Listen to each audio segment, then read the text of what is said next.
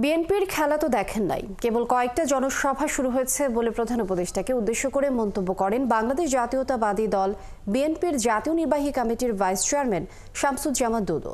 শনিবার বিকাল 5:30টায় পঞ্চগড় পৌরসভার সংলগ্ন মাঠে পঞ্চগড় জেলা বিএনপি আয়োজিত জনসভায় প্রধান অতিথির বক্তব্যে তিনি কথা বলেন। এই সময় নিত্য প্রয়োজনীয় পণ্যের মূল্য বৃদ্ধি সহনশীল পর্যায়ে রাখার দাবি ও আইন শৃঙ্খলা পরিস্থিতির উন্নতির দাবি সহ দ্রুত গণতান্ত্রিক যাত্রাপথে উত্তরণের জন্য নির্বাচনী রোড ম্যাপ ঘোষণার দাবি জানান তিনি। সভায় উপস্থিত ছিলেন পঞ্চগড় জেলা বিএনপির আহ্বায়ক জাহিরুল ইসলাম, আন্তর্জাতিক বিষয়ক সম্পাদক ব্যারিস্টার নওশাদ জমির, অধ্যাপক আমিনুল ইসলাম সহ অনেকে।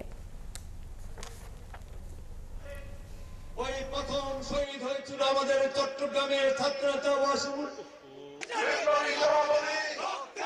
এই 17 বছর পর নির্বাচন হবে। আমি কথা দিয়ে যাচ্ছি, এই বছরের মধ্যে নির্বাচন দিতে বাধ্য হবে। বিএনপির খেলা এখনো দেখেন নাই, কয়েকটা জনসভা শুরু করেছে, দেখেন নাই। এই আমি শুধু ডক্টর ইউনূসকে বলবো, ভাই আপনি ভালো লোক, একটা মর্যাদাশীল লোক, জ্ঞানী গুণী মানুষ, দেশে বিদেশে আপনার সুনাম আছে, এদের পাল্লায় পড়ে